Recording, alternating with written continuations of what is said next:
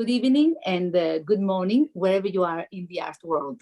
Tonight we have, the Art Talks are delighted to welcome all of you in this wonderful journey through the MANN and the wonderful exhibition on gladiators. We are having wonderful speakers tonight that are going to tell us a bit more what inspired to create such an important exhibition. And so we will have Director Paolo Giulierini of the Museo Archeologico di Napoli, il Director Bignasca, Andrea Bignasca from the Antikenmuseum Ludwig of Basilea. Buonasera. And we will have Archaeologist Amelia Menna. Hello. Hi. And hello. Daniela Savy, Professor of European Law, of Cultural Heritage and Researcher of European Union Law at the University of Federico II. Good evening. And also Professor Massimo Faella, Presidente of the Association Respiriamo Arte in Santa Lucella in this moment. Hello, how are you all? Thank you for Fine. joining. Thank you. So it is one wonderful part of Italy and Switzerland combined here tonight. So I would like to ask il Direttore Giulierini to let us know to the audience what is the MANN, first of all. Yes, the National Archaeological Museum of Naples is an important Italian archaeological museum, particularly for the ancient Roman relics. Its collection includes works of art from the Egyptian, Greek, and the Roman world, and especially Roman artifacts from town and the village destroyed by Vesuvius in 79, such Pompeii, Stabia, and Herculaneum. Its original name was Real Museo Borbonico because the first archaeological excavation were financed by the Bourbon kings. Mm-hmm. Among the most important exhibition held at MANN in the recent years, I would like to mention Pompeii and Europe, the Lombards, the treasures of Sichuan, Canova, the ancient world, Lascaux 3.0, the Etruscan at MANN. MANN launched its first video game, Father and Son. It is a special project created in collaboration with the Tour Museo. It has been translated in 10 different languages and been downloaded worldwide by more than 4 million people.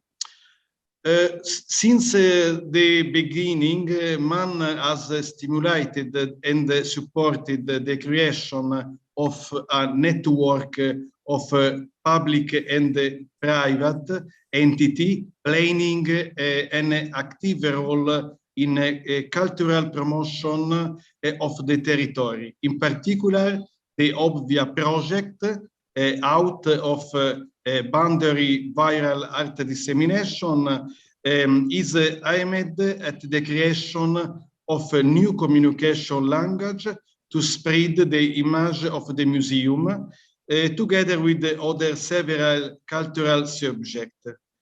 More recently, in the 2 years of a pandemic, the museum implemented its digital activity on social media and created a major exhibition, Gladiator, in collaboration with the Antikenmuseum Basel.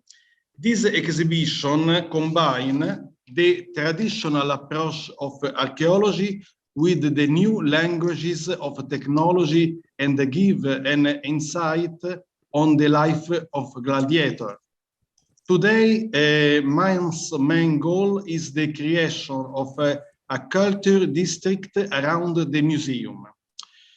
If I had to describe the museum in 3 words, I would use the terms tradition, innovation, accessibility. I am grateful to Carolina Conforti for her invitation to this talk. Also thanks to Andrea Bignasca, director of Antikenmuseum Basel, Amelia Menna from MANN, Daniela Savy, Obvia Project, Massimo Faella from MANN Cultural Network for their participation at this work. Thank you, Dr. Giulierini. Bellissimo. It's again for me to hear you being in all Italian. I would love to speak in Italian now. Thank you so much, and I think it's wonderful to what you have created, and I invite everybody from all over the world to come and see this incredible experience. So hopefully see you very soon in Italy over the next few months. So now Dr. Giulierini, and thank you again for being with us tonight. So I would like to ask you maybe what inspired to create the exhibition Gladiators, because as you well said before, this is an amazing what the future exhibition should be.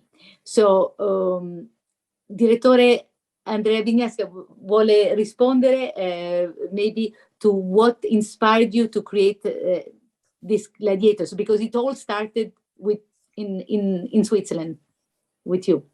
Okay, thank you very much also for this invitation. I think at the beginning there is always an idea, a common idea, and the common public opinion around gladiators is mostly dictated today, in particular, by the commonplaces of the filmic productions in Hollywood. Blood and fighting in the arena in front of an enthusiastic and somewhat degenerate audience. However, the historical and archaeological reality is quite different. The phenomenon of the gladiators fits into the context of the Roman policy of domination at that time, but also the desire to give an example of the virtues that made Rome a great power and also a great ethic power.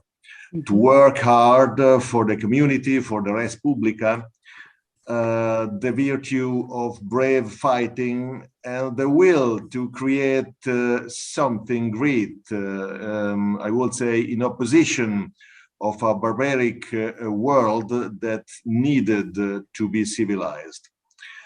Gladiators were not only prisoners of war or slaves, but also free Roman citizens from the lower classes, of course, who took this dangerous choice to climb the social ladder.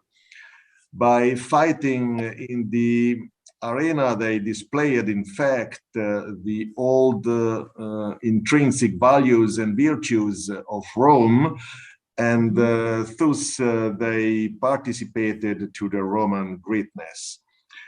This discrepancy between fiction and reality is really very intriguing today, and so we have tried with MANN to stage this point in the exhibition. So I think this is my opinion to the inspiration of our common exhibition. Thank you. I think it's you. I was also listening to what you said the other day, that there is always this human story behind each gladiator, and your exhibition, it's like a mise en scène, molto scenografica. Could you tell us also if you could, a fascinating story behind each of these men? Anything that grasped your attention that you could tell us? Yes, the message of the exhibition, I think, stay at different levels. Yes. On the one hand, there are exceptional works of art. These works of art tell us stories about the meaning and value of being Roman. Mm-hmm. In a world as it was at that time, still so violent and dictated by the law of the strongest, the Roman fights with virtue and courage in order to advance civilization. But I think behind this political ideal are the individual stories of those who fought in the arena. We have tried to stage stories to present also the man behind the mask or behind the helmets. This story can partly be reconstructed from written sources or from the funerary monuments of the gladiators themselves, or even from the skeletal remains which were discovered in the cemetery of York in England, and which was also on display in the exhibition. Yes. And one discovers that the gladiators came from all parts of the empire, that they traveled with the shows in organized groups, that they ate, for example, a lot of meat, but also vegetarian food, and that they fortified themselves with a drink mixed with ashes and called pools. And again, you find out in the written sources how many fights they have been fighted, how many times they have won, and how they were acclaimed by the people and mostly by the women. And there were really a lot of different special stories. There is also one story which is absolutely special for Switzerland, because there are some DNA analysis of these skeletal remains from the gladiatorial cemetery of York that revealed that a gladiator who fought in Britain came from Eastern Switzerland and was therefore one of us. Okay. And this touched me a lot, because the history of Rome is not only an Italian history, but it is finally our direct tradition. And so this gives us the opportunity to make this distant history feel close to our audience today in the museum. Thank you. Thank you. Fascinating. Fascinating. You know, today we had a comment on our post of a similarity, gladiators, war, why to do, yes. So as you said, there was a message, a political, unfortunately, a political message to all this nonsense that it seems history repeats itself since a long time, and we don't want to really understand from our mistakes. But it is a beautiful exhibition. And before going and having Amelia showing us around, I would like to ask you, what was, you know, your museum experience, especially after the pandemic? What do you think is with the MANN? What is the future of the museum experience look like? Because you have created something beautiful. So I think for everybody to experience.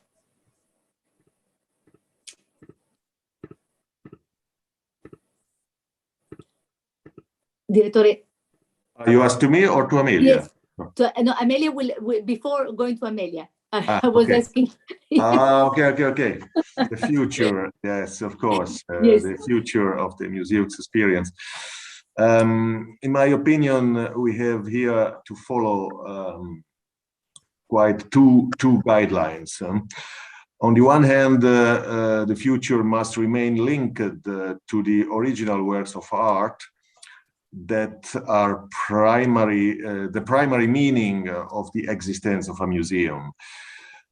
On the other hand, these works of art are no longer enough because the museum has become popular and it is no more today the place only for academics or professionals. Mm-hmm.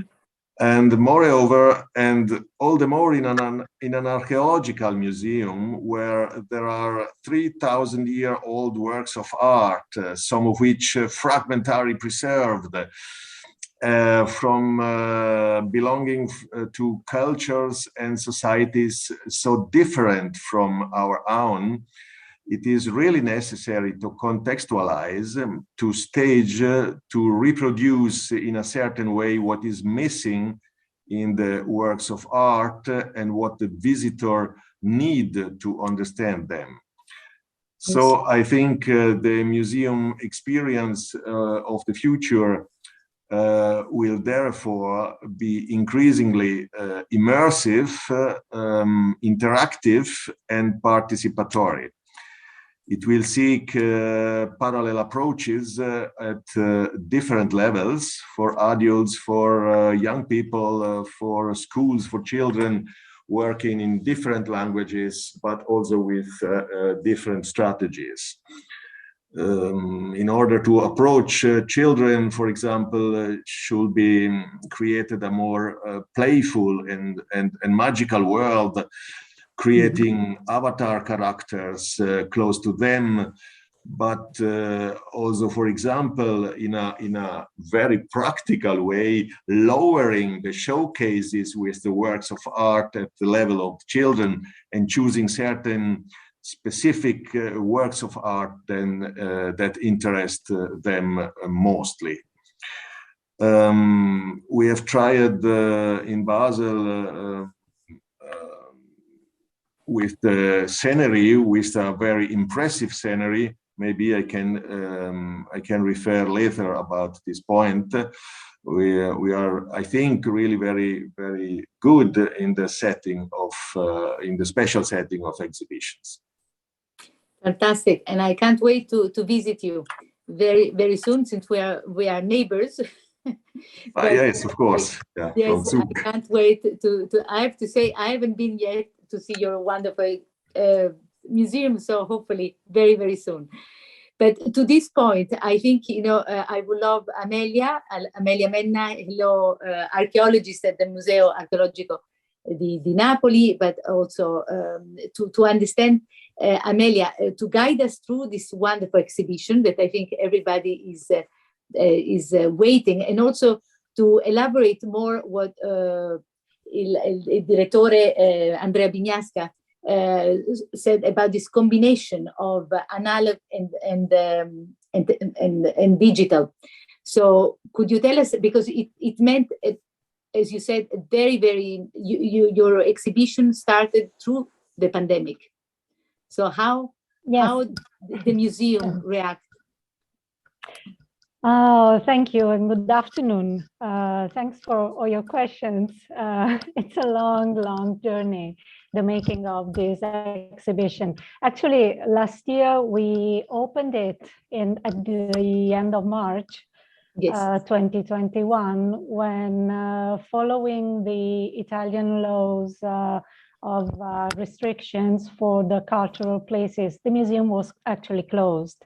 Mm-hmm. So it was a bit strange. It was the first time that something like that happened in the history of the museum, that is very, very long, to open an exhibition without its public. So without all the, parties and celebrations connected to it, and without the many people wandering around the galleries. So it was an opening from a virtual point of view, and that's the main reason why we have decided to enhance the technological aspect of the exhibition. So not just the traditional narration of the archaeological artifacts, not just the usual sections of the exhibits, but we have tried to give different tools to our visitors. Many different things have been implemented by the museum, like, for example, videos and publications devoted to different kinds of publics. But then when it finally reopened, everybody came and was very happy because it's long.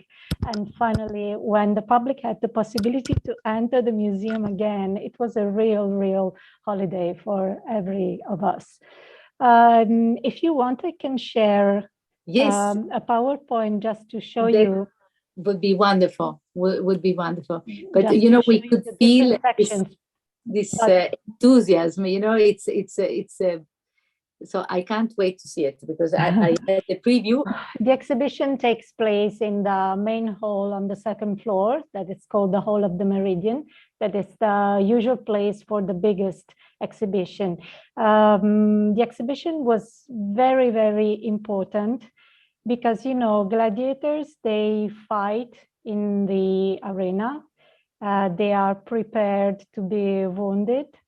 And, you know, director Paolo Giulierini wanted to focus exactly on this aspect, the struggle that especially last year, any of us had to face because of the pandemic. So it's, there are many close connections between the modern, the contemporary world and the life of the ancients. We have launched an hashtag on the different social platforms of the museum that is, we are all gladiators, because we are fighting against this terrible enemy that was the pandemic last year. So the modern gladiators, the whole exhibition is dedicated to modern gladiators that can be considered the doctors and all the people that were, you know, in the front line to heal the people. That's why we gave this exhibition so much importance. So it is, there are 6 different sections, actually, starting with the funerary world, because the first gladiatorial games, they took place during, you know, funerary rites. And then we go on with the other sections.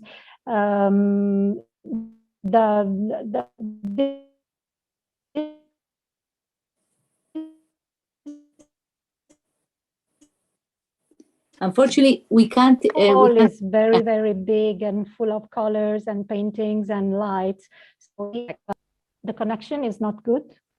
Not so much, Amelia. We can't. Unfortunately, the last part, some words were cut. Okay, I then changed the room and go to a better place. Excuse me. Yes, we must be prepared to any. No, don't worry. Any movement. Don't worry. But these are beautiful. These are Direttore and Andrea. Some of the pieces, you know, they traveled from Basilea. Could you tell us, while Amelia is fixing, which were some of the pieces that were with you?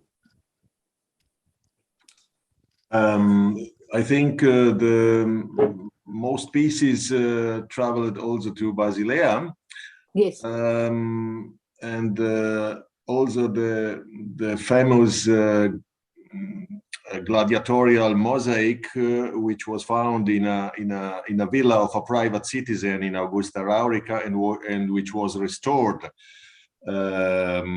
special for the exhibition.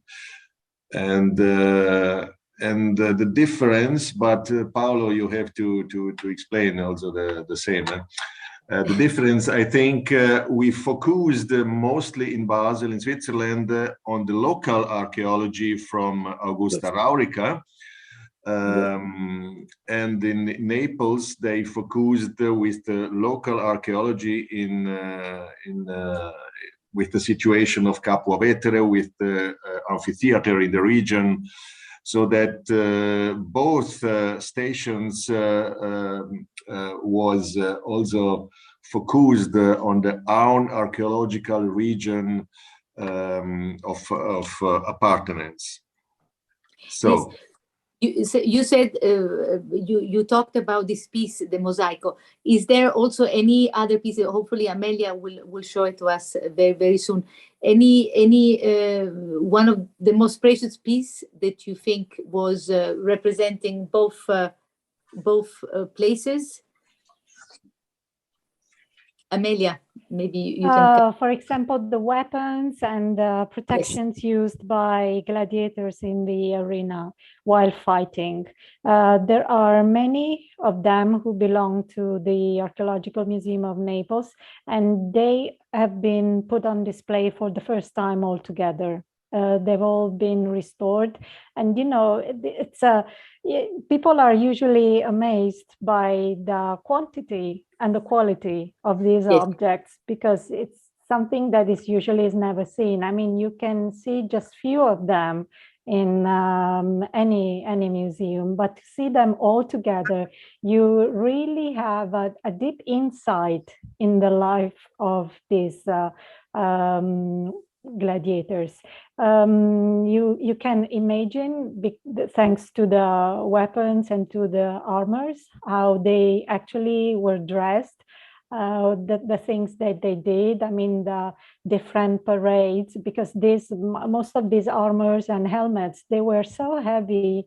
Many were literally suffocating. They were imprisoned, these men, under their armor. So many of them were actually used not to fight, but just during the parade, during the celebrations before the fight. You know, it was just a way for them to boast their power and sometimes their richness.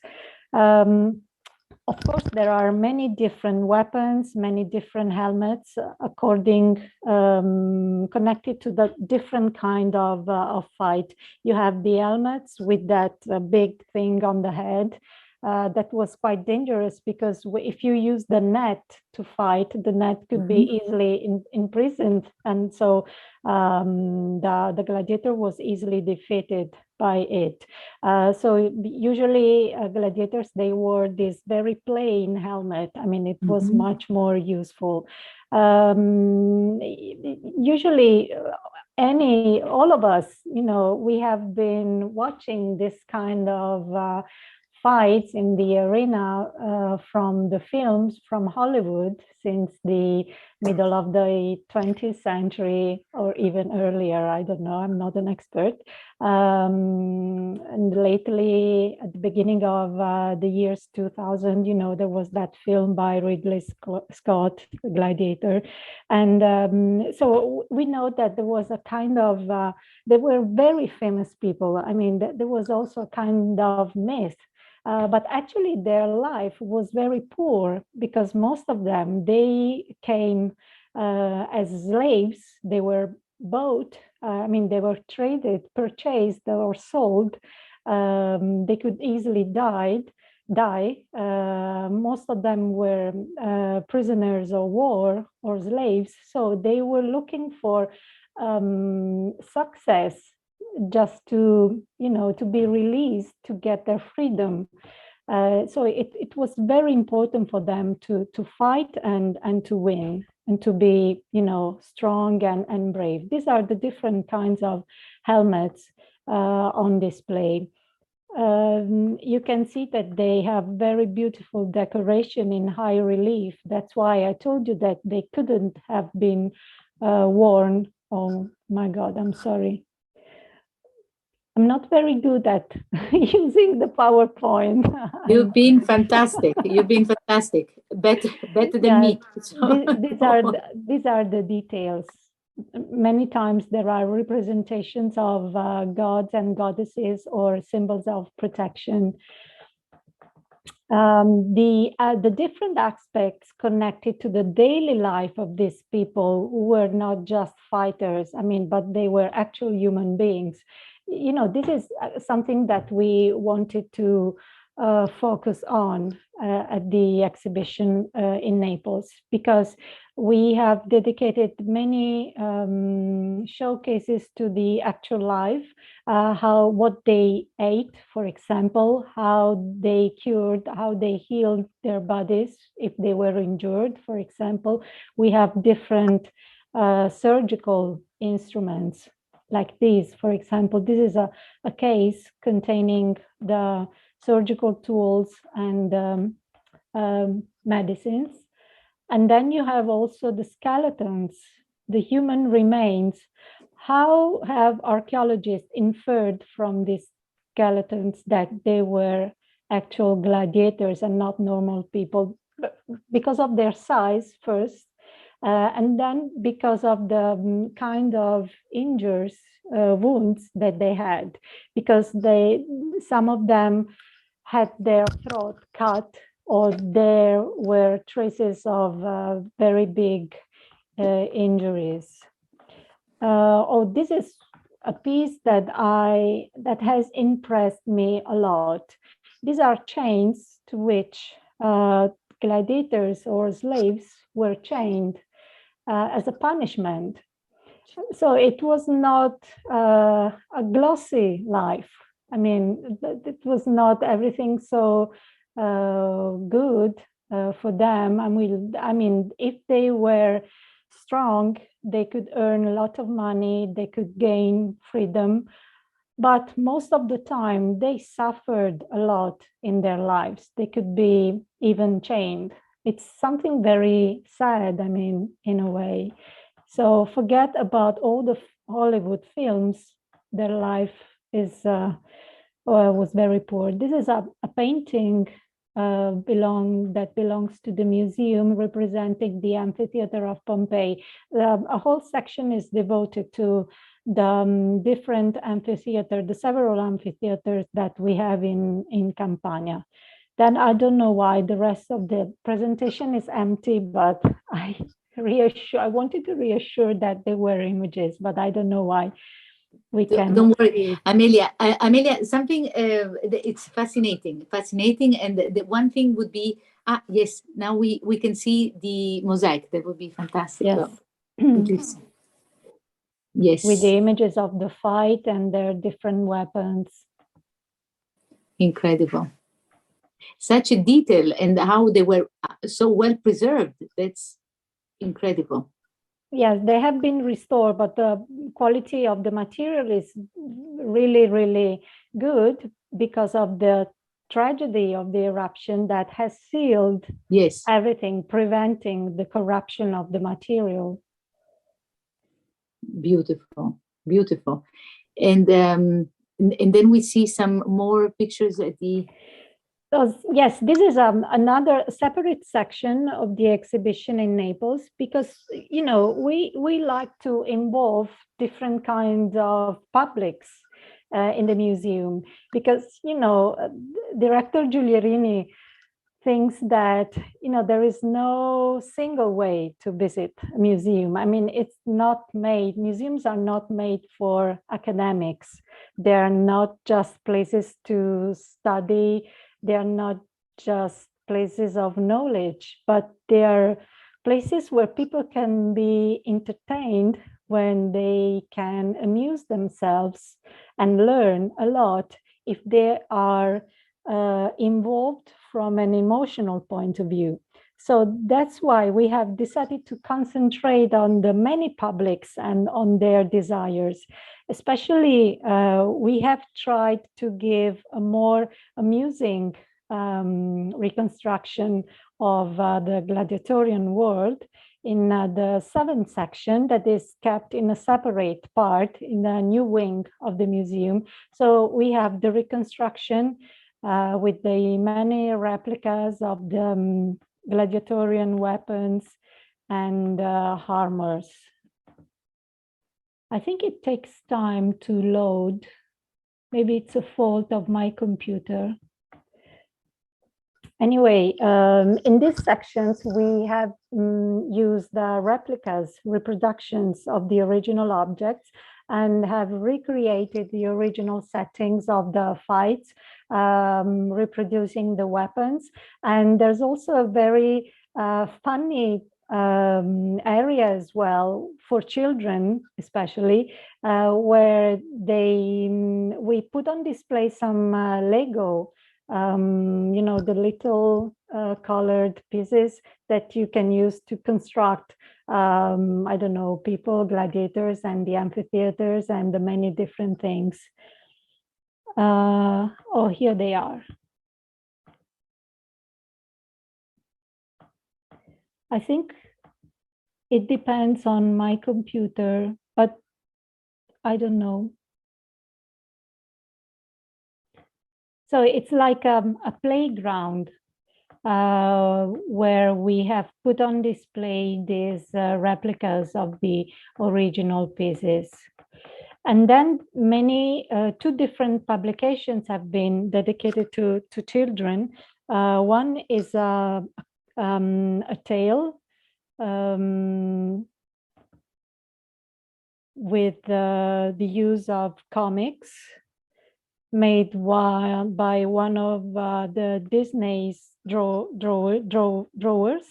and it's called so the protagonist, the main character, is a young guy whose name is Nico, and he has different adventures connected with gladiators. So this is it's a special project for the youngest people coming to visit the museum. And there is also another book with quizzes and games for the young children to be entertained during the visits. So different products for the different kinds of people. We try to make our public participate in the visit of the museum. So not just see, but actually do something, as they can go home and think in a positive way about their visit, about their experience of visit. Wonderful, Amelia. I think it's a 360 degrees experience that we all would like to be and to experience and to feel. So how long will it be for anybody to come and see the exhibition? So we're open, the exhibition is open until the 18th of April, if I'm not wrong. So soon after Easter. So these are the last weeks to see. There are very few opportunities.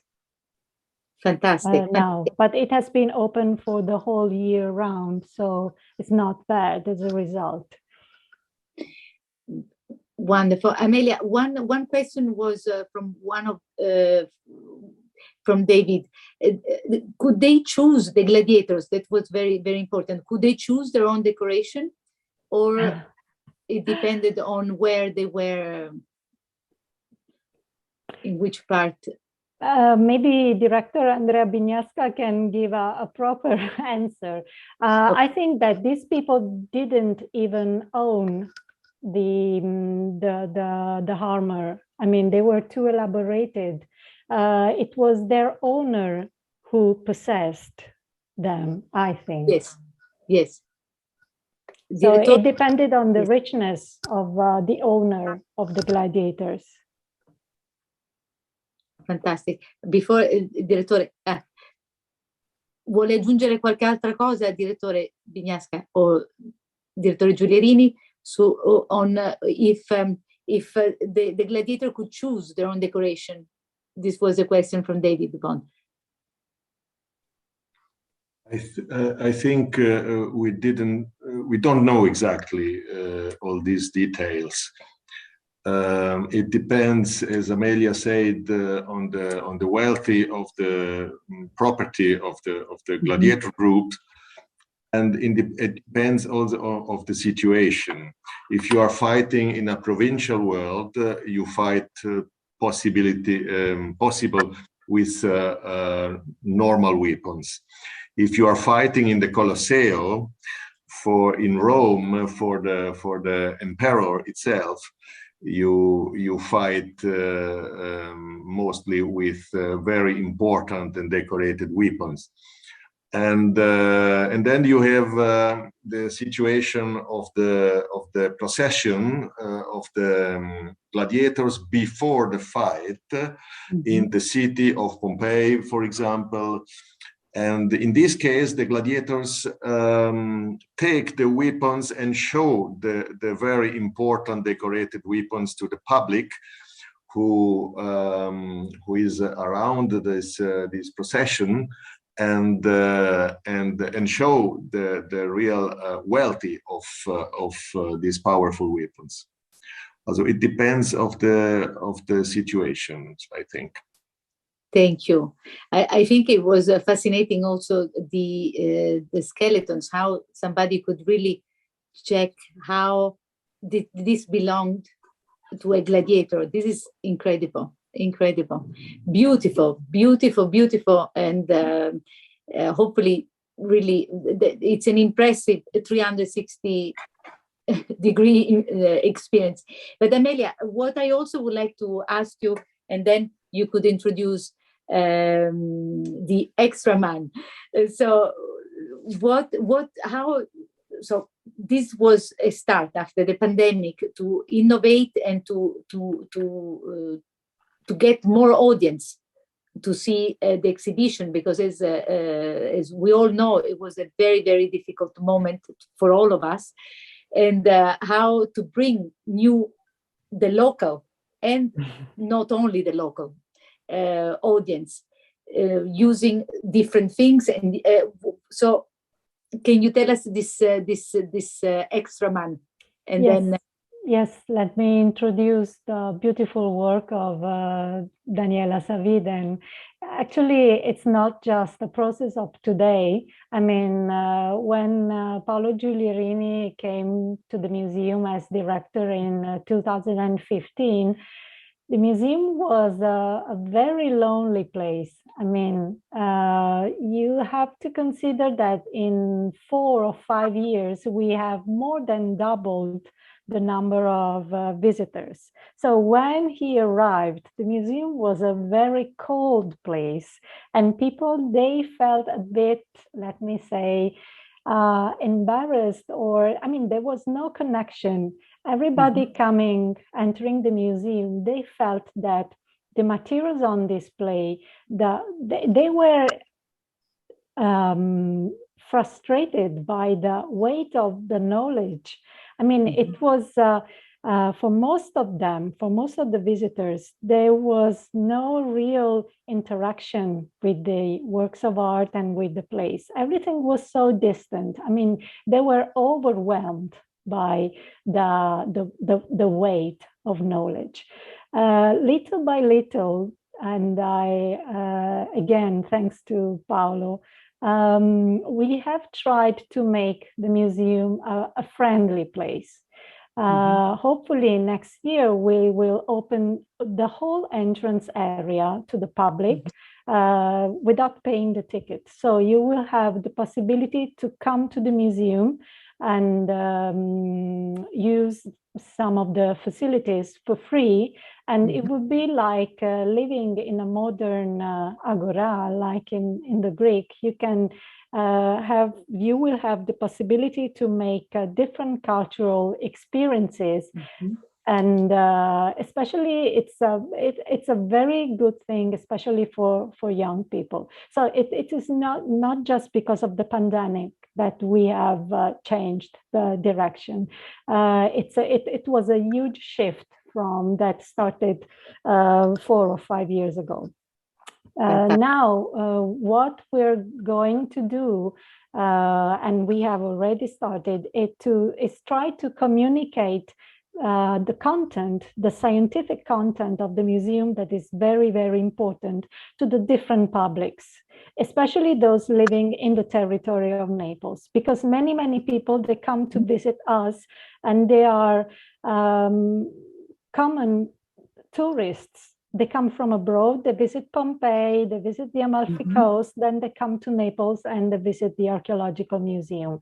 That's, you know, we know about them, we like them, they're very, very welcome. But we really wanted to concentrate on developing the connection with the local publics, because they can really make a huge difference.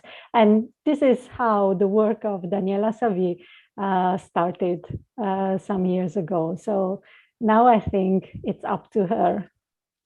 Thank you, Amelia. Grazie mille. Bellissimo. Buonasera, Daniela. Could you tell us a bit about this project, a bit more in detail, introduced by the wonderful Amelia? Thank you for the questions. Thank you to Amelia.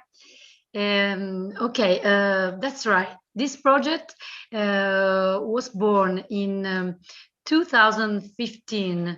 And with my colleague, I devised a scientific project to incentivize audience development of the National Archaeological Museum of Naples. The project is called Out of Boundaries, Viral Art Dissemination. And it was adopted by the director, Paolo Giulierini, after being submitted to a Creative Europe cooperative call. And the philosophy behind the project was disseminating the image of the museum widely to increase the participation of the community in the life of the museum's cultural sites through an emotional involvement that would attract individuals to the museum, creating curiosity and also creating activities for the museum.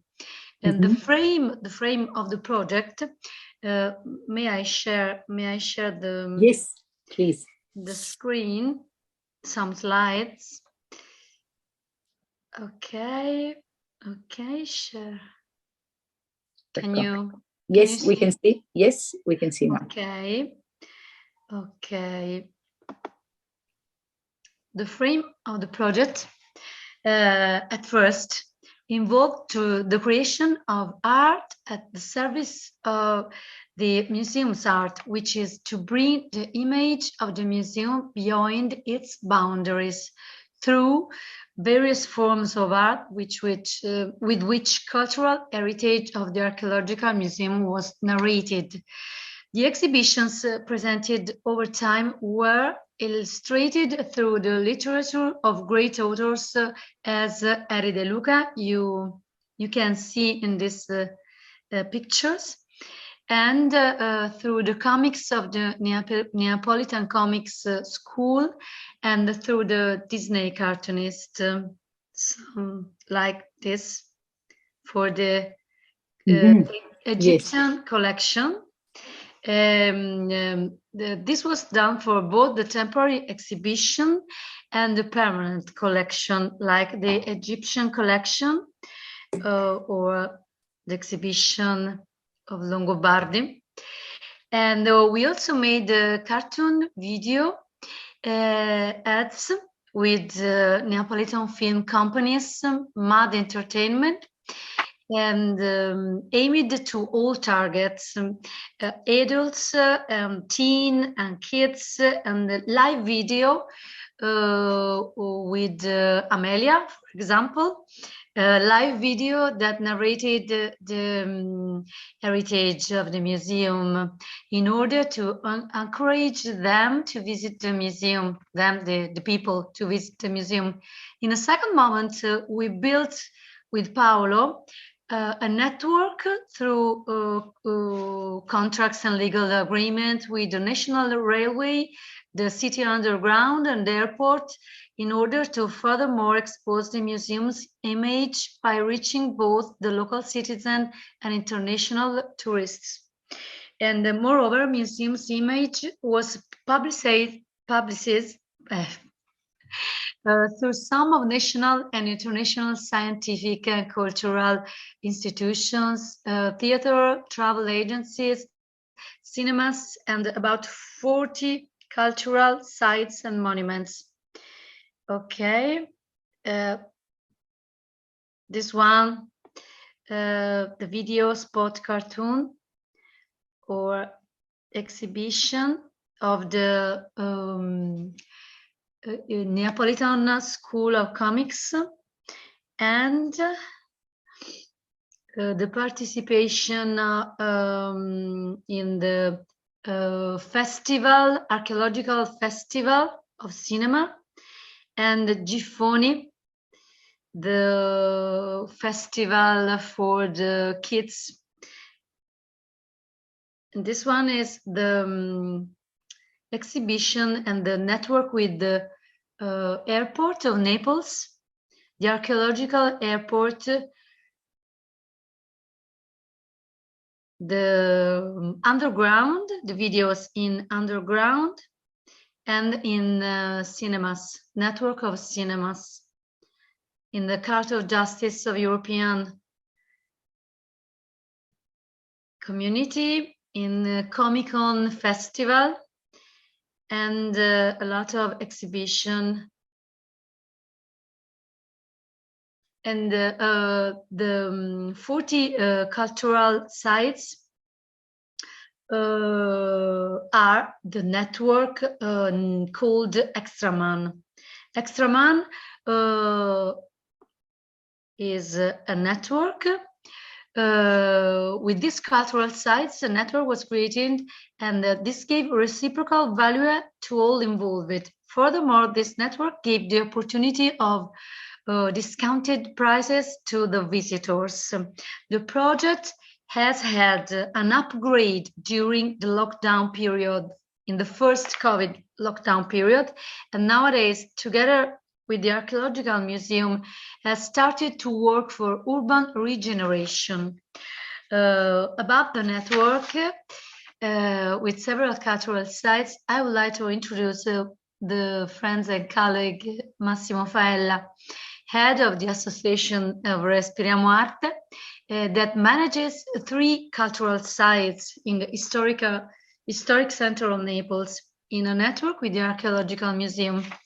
And if you want, I leave place to Massimo. Thank you, Daniela. I think it is extraordinary what you're doing, and the only thing I would like to ask you, how the audience. So you said it was local. How was the local audience reacted to all the things that you're doing, all these projects? Okay, the most important impact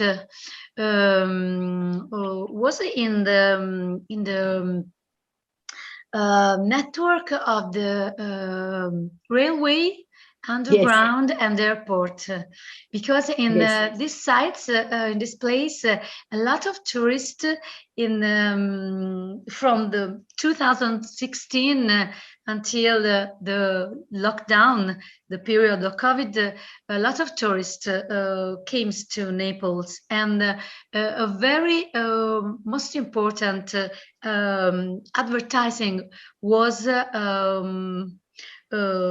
put in these sites, in the videos, in the totem videos in the airport, in the arrival zones. You know, and yes, a lot of people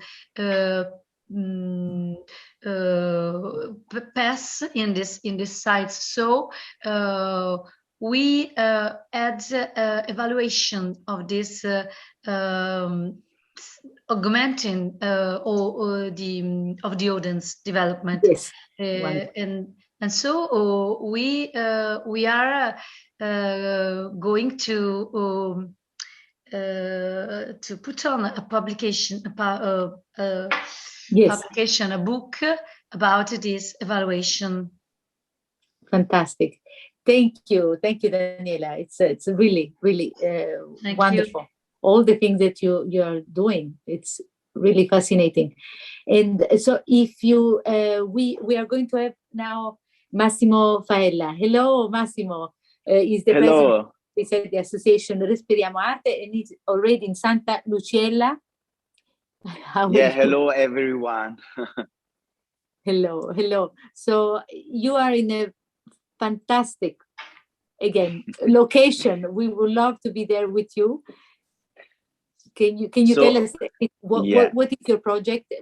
How you are to get you told me a very, very interesting detail yesterday that everybody you're third on the TripAdvisor. Amazing, super. You're becoming a VIP of Napoli. Okay. Okay. First of all, thank you so much for the opportunity. For me, it's a great honor to stay here, okay, with you. So I'm in Santa Lucella Church. Santa Lucella means the little Lucy, not the saint, but the small church. Our association was founded 8 years ago because we have a life mission. Our life mission is saving monuments and churches in Naples, also creating job for the young Neapolitan. So we want to stay here, close our family and love, without war and without COVID, we hope, okay? So we take care of 3 churches in Naples, but now my preferred is Santa Lucella.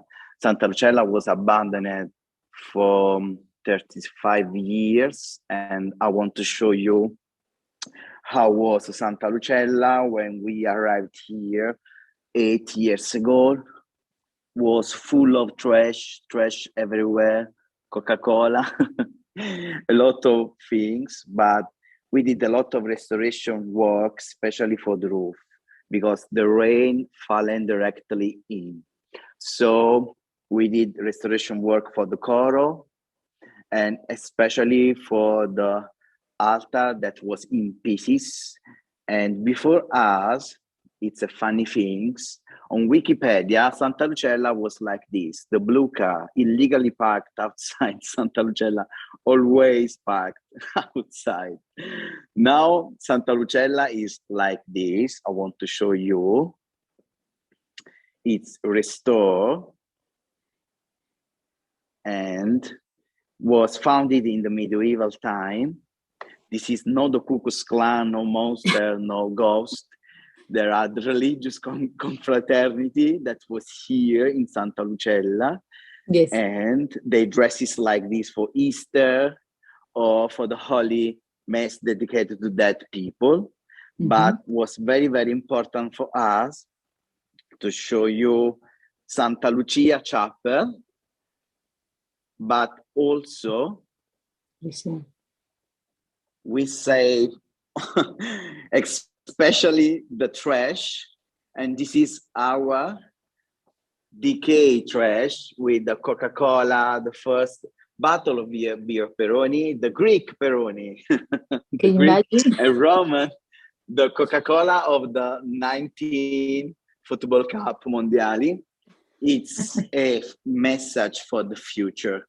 So we take care of this church because we want to change Naples, and the Archaeological Museum. It's take care of the young Neapolitan and also of the neighborhood. So not only the museum, but also the people. Okay, but we did a lot of restoration work, especially for the underground cemetery. I hope the Wi-Fi will be okay. Wow. And it isn't, unfortunately. Let's hope. We have just a glimpse. Yeah. We are here. Oh, wow. Yeah.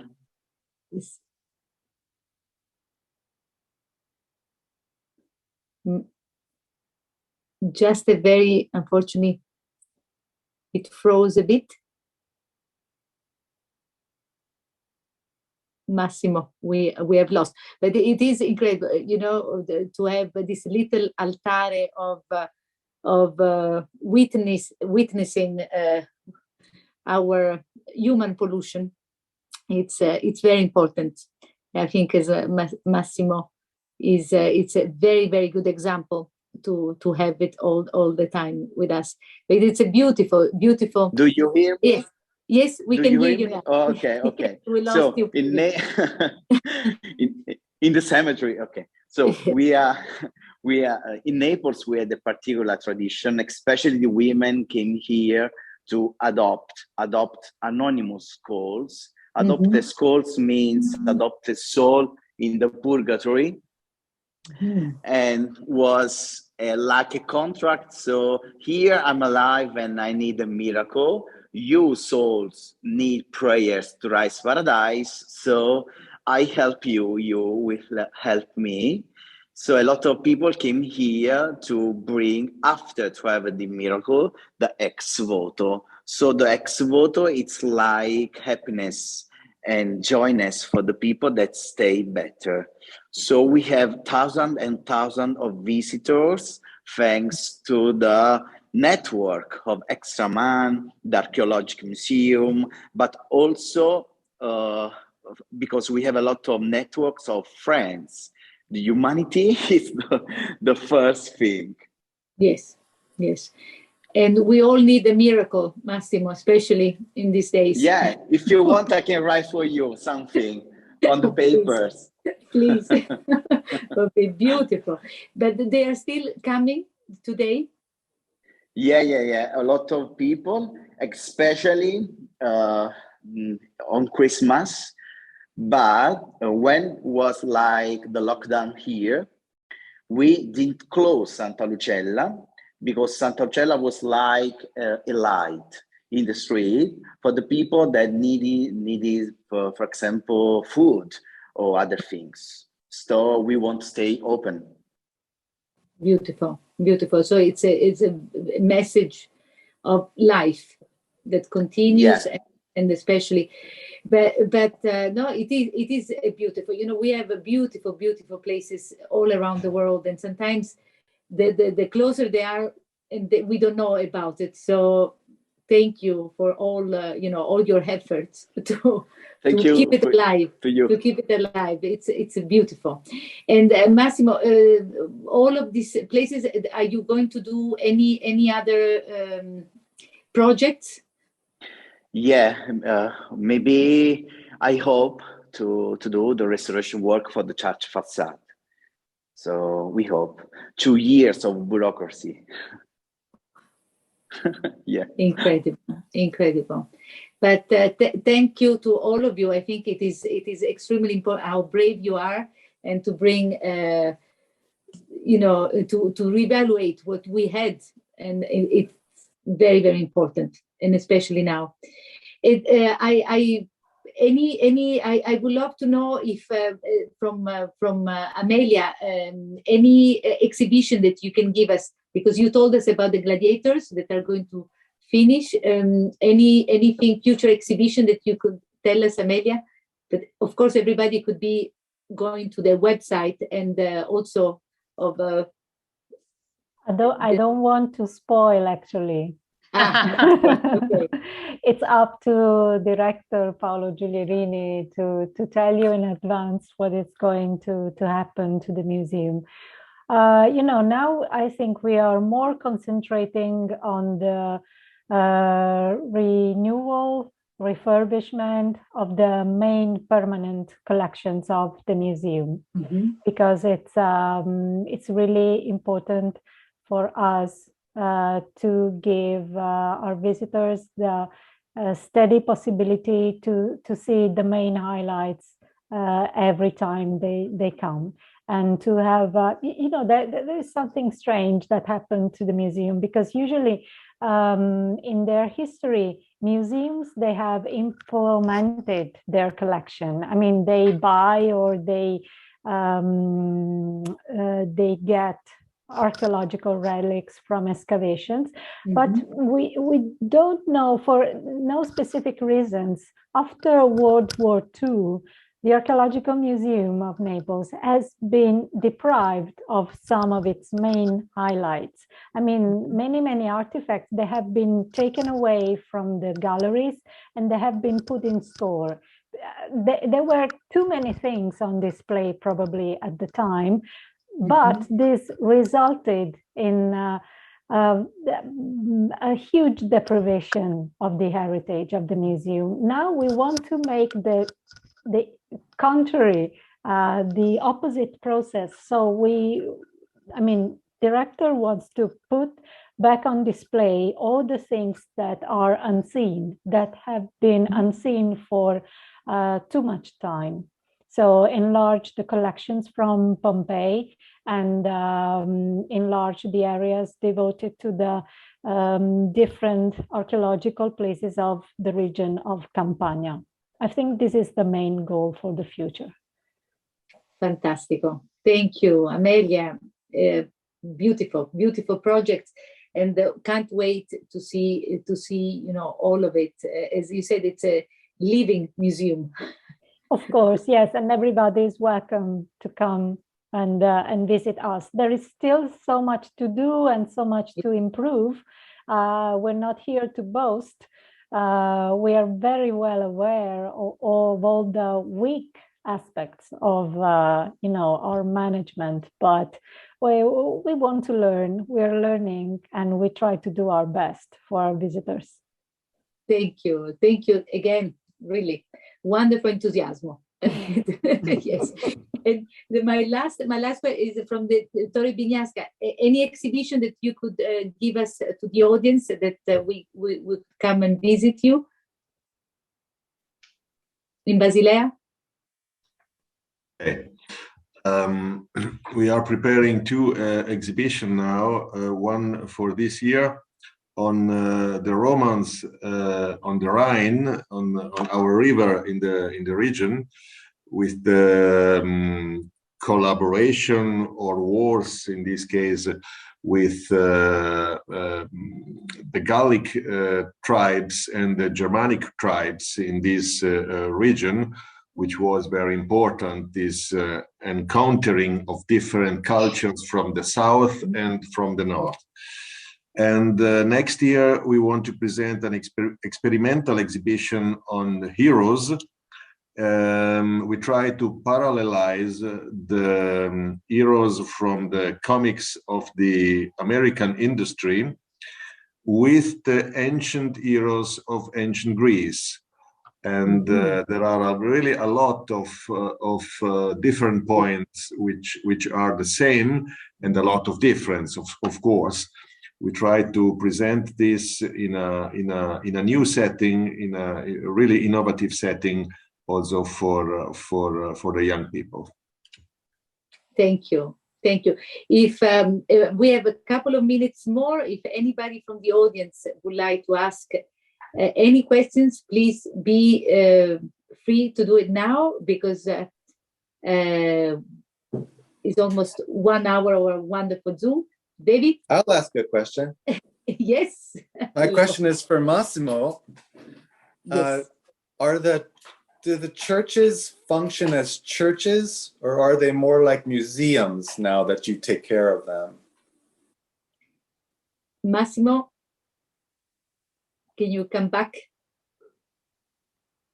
I hope Massimo maybe is with the line, maybe is went downstairs. Daniela, would you like to answer, or Amelia, or about the churches? How do we, I think. I try to call Massimo. Yes.